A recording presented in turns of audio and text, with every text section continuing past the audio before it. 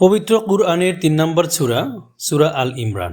এই সূরাটি আমাদের বাস্তব জীবনের জন্য দারুণ ৫টি বার্তা দেয়। ১.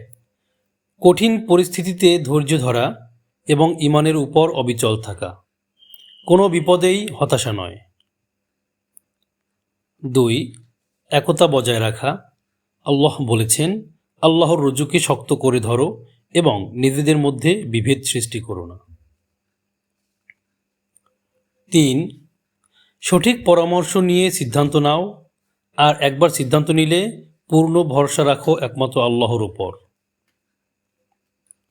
৪.